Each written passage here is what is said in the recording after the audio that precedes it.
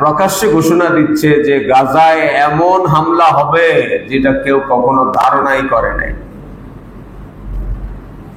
আল্লাহ, সারা পৃথিবীর মুসলমান একটা শরীরের মতো। কিসের মতো ভাই?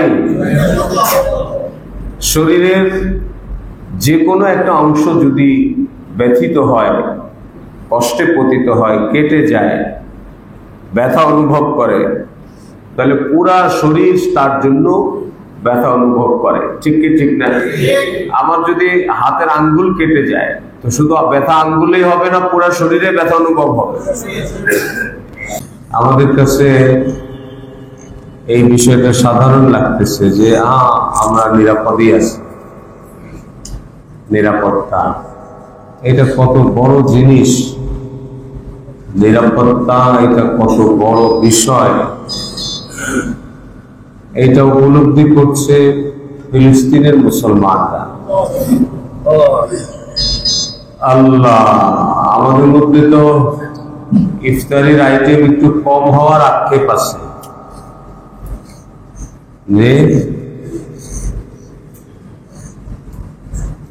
ছোটখাটো দুনিয়াবী বিষয় নিয়ে আমরা আক্ষেপের মধ্যে আসি, কিন্তু উত্তপ্ত ফিলিস্তিন, হায়, শত শত মানুষ মেরে ফেলা যেন ইসরায়েলি সন্ত্রাসীদের এটা মামুলি কাজ হয়ে দাঁড়াইছে। 4 শতাধিক লোককে খুন করলো, হত্যা করলো, শহীদ করলো, 9 শতাধিক লোক, 1000 লোক, মানে এটা তাদের কাছে কোনো ব্যাপার না।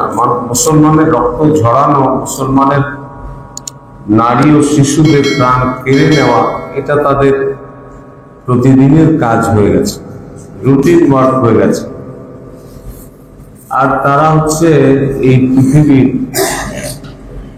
প্রকাশ্য সবচেয়ে বড় সন্ত্রাসী দেশ, সন্ত্রাসী গোষ্ঠী ইসরায়েল। তারা প্রকাশ্যে নিরপরাধ, নিরস্ত্র, বেসামরিক মুসলমানদেরকে হত্যা করছে। কিন্তু বড় আশ্চর্যের বিষয় হলো, যারা সারা দুনিয়াতে মানবতাবাদী,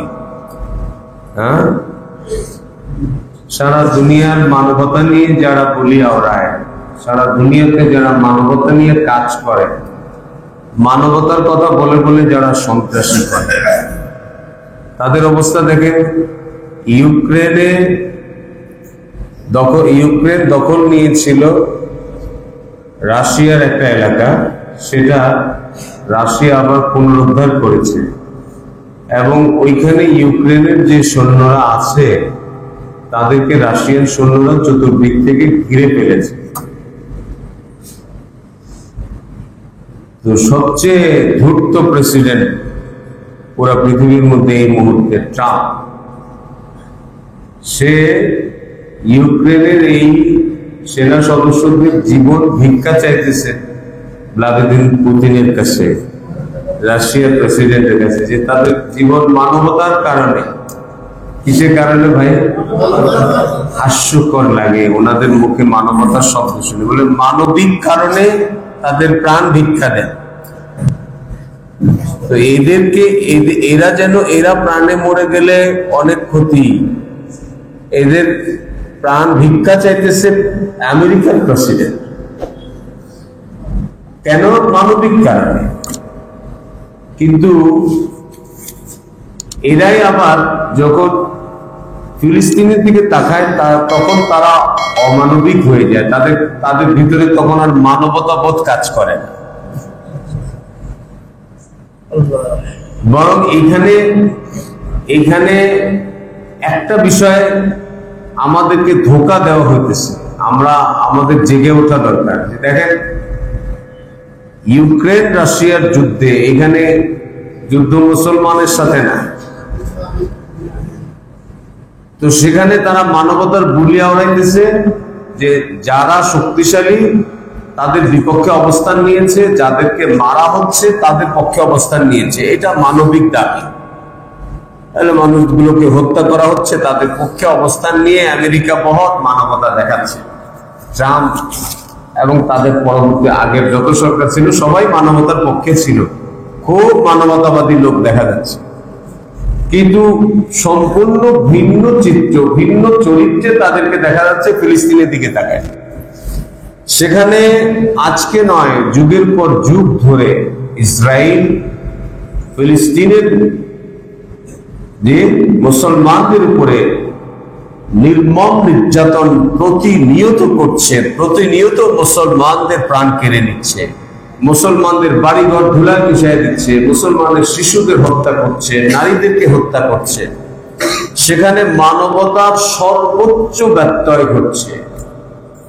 কিন্তু সেখানে গিয়ে তারা মানবতার পক্ষে কথা বলছে না, বরং প্রকাশ্যে নির্লজ্জের মতো তারা ইসরায়েলের পক্ষ অবলম্বন করছে।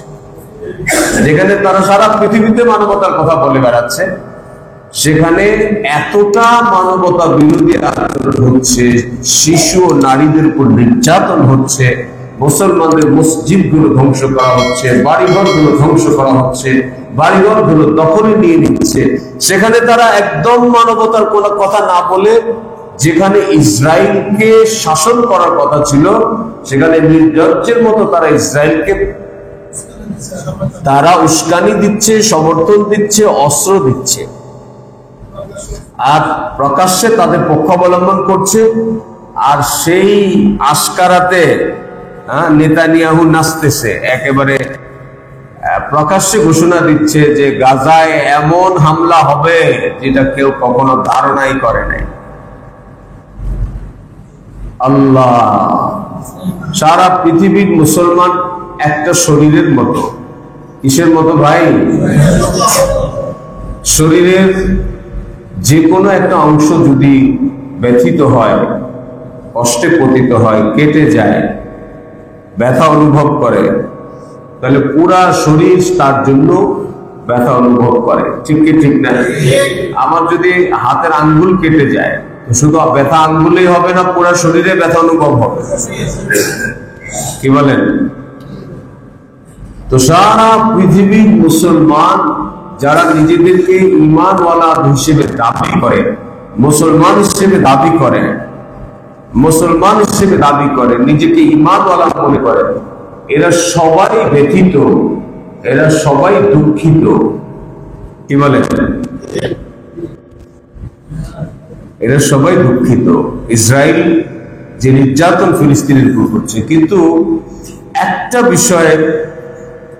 একটা বিষয়ে আমাদের খুব কমই থেকে যাচ্ছে, সেটা হলো যে আমরা সবাই বুঝতেছি যে এটা অন্যায় হচ্ছে, আমাদের হৃদয় ফিলিস্তিনের জন্য কাঁদতেছে, ফিলিস্তিনিদের জন্য কাঁদতেছে।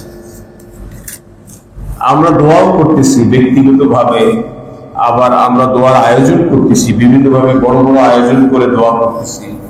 আজকে ইনশাআল্লাহ আমরা জুমার নামাজের পরে সকলে মিলে দোয়া করব। কিন্তু একটা বিষয় আমাদের জানতে হবে যে যদি শুধু দোয়ার দ্বারা সমস্যার সমাধান হয়ে যেত, তাহলে নবী কেন রক্ত ঝরাইছে? নবীর তো নিজের গায়ে রক্ত দিতে হয়েছে না।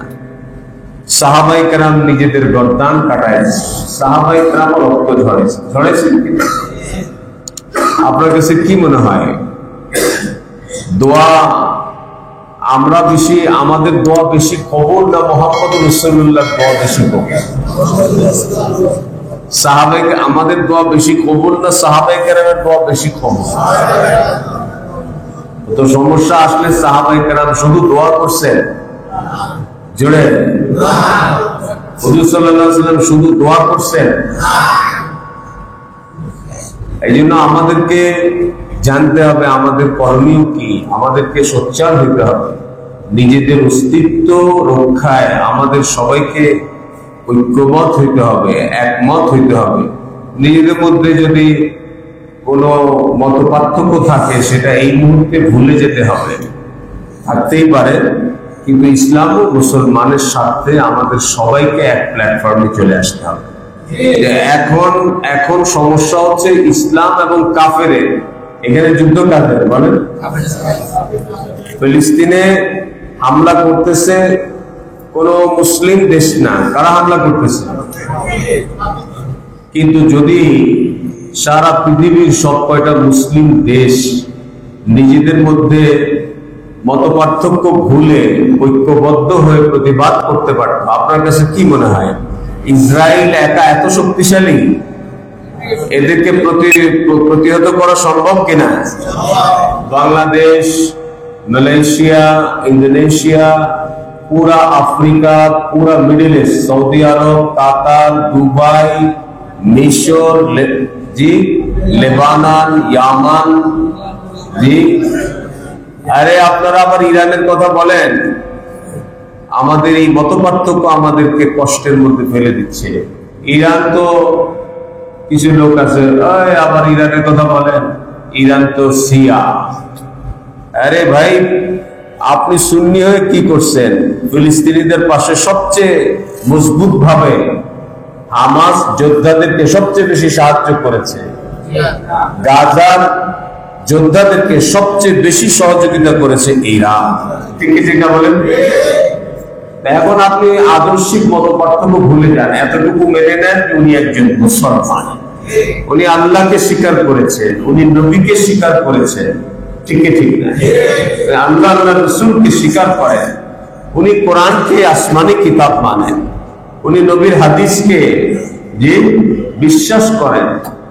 তাহলে এত পার্থক্য বানায় এখনো বসে থাকবেন? এদিকে আপনার কাফের মুশরিক মুসলমানদেরকে মেরে শেষ করে দিচ্ছে, আর আপনি এখনো আছেন দল দল নিয়ে। আল্লাহ এক, নবী এক, কিতাব এক, বিধান এক, আর যত মত পার্থক্য শরীয়তের বেসিক বিধানে কোনো মত পার্থক্য নেই। ফরজ, ওয়াজিব, হালাল হারাম নিয়ে কোন ইশকাল আছে? সব মাযহাব, সব মতাদর্শের লোকের কাছে এইগুলোতে সবকিছু এক। মত পার্থক্য হচ্ছে সুন্নত নিয়া, মত পার্থক্য হচ্ছে মুস্তাহাব নিয়া, মত পার্থক্য হচ্ছে ছোট ছোট মাসলা নিয়া, যেগুলো না করলেও কেউ কোনোদিন জাহান্নামে যাবে না। কি বলেন? আমাদের দেশে কত মত পার্থক্য। হাত আমরা উপরে বাঁধি, নিচে বাঁধি, আমিন জোরে বলি, আস্তে বলি। কি বলেন? যারা জোরে বলে তারা এক দল, যারা আস্তে বলে তারা আরেক দল, যারা উপরে বাঁধে হাত তারা আরেক দল, যারা নিচে বাঁধে তারা আরেক দল। আর এদের মধ্যে মারামারি ঝগড়াটা এত প্রকট যে একজন আরেকজনকে দেখতে পর্যন্ত পারে না।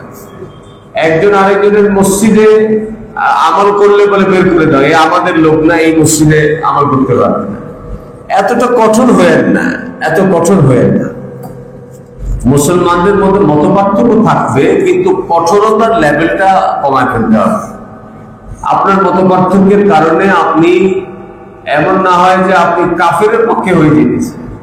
মুসলমানের পক্ষ না নিয়ে কাফেরের পক্ষ নিবে, তবু মুসলমানের মধ্যে মত পার্থক্য শেষ করবে না।